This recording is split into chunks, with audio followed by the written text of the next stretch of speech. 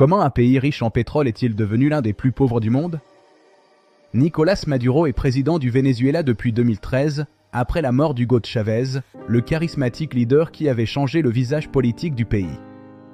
Ancien chauffeur de bus devenu homme politique, Maduro hérite d'un Venezuela puissant mais fragile, un pays avec les plus grandes réserves de pétrole au monde, mais rongé par la corruption et les inégalités.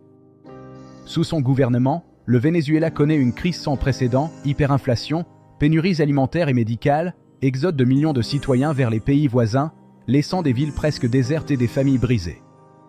Maduro est un personnage controversé. Pour ses partisans, il défend la souveraineté du Venezuela face à l'impérialisme et protège les pauvres grâce aux programmes sociaux hérités de Chávez.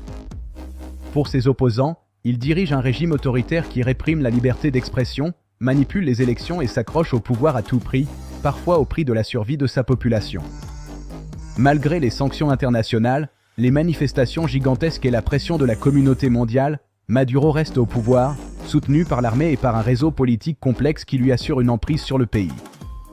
Son histoire est aussi celle d'un peuple qui souffre. Des millions de Vénézuéliens ont fui pour chercher une vie meilleure, laissant derrière eux un pays autrefois prospère mais désormais plongé dans le chaos économique et social.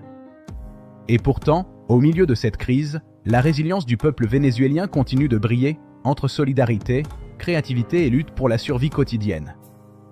Si tu veux comprendre la vraie histoire derrière les dirigeants controversés et les crises qui façonnent le monde, abonne-toi maintenant, car ici on analyse le pouvoir, la politique et la réalité sans filtre, avec des faits, des histoires et des vérités que tu ne trouveras pas ailleurs.